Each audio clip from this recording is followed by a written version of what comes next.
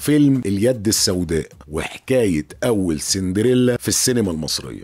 الفيلم إنتاج وإخراج إيلي أبتكمان. الفيلم قصة وحوار أمين صدقي، واللي ألف الأغاني بديع خيري، وتلحين عزت الجهلي.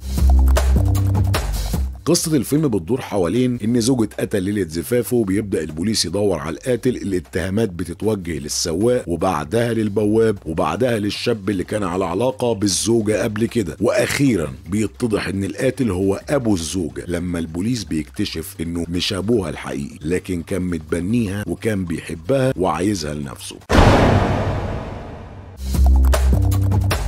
في الفيلم ده ظهرت الفنانة عائلة راتب لأول مرة في السينما، ونجاحها زاد في الغنى. عائلة راتب غنت في الفيلم وكان صوتها حلو وفي شجن. عائلة راتب كانت فنانة شاملة، كانت رشيقة وكانت بتغني وبترقص وبتمثل، واشتهرت جدا،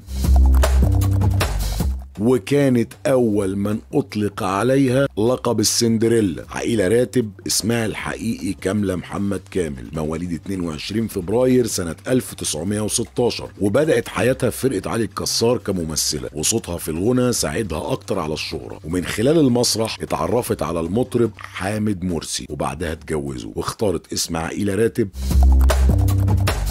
عائلة على اسم أقرب صاحبتها، راتب على اسم أخوها المتوفي. وكان أول فيلم سينمائي ليها فيلمنا، وتوالت أعمالها في السينما لحد أواخر الثمانينات، وتوفت سنة 99 الله يرحمها.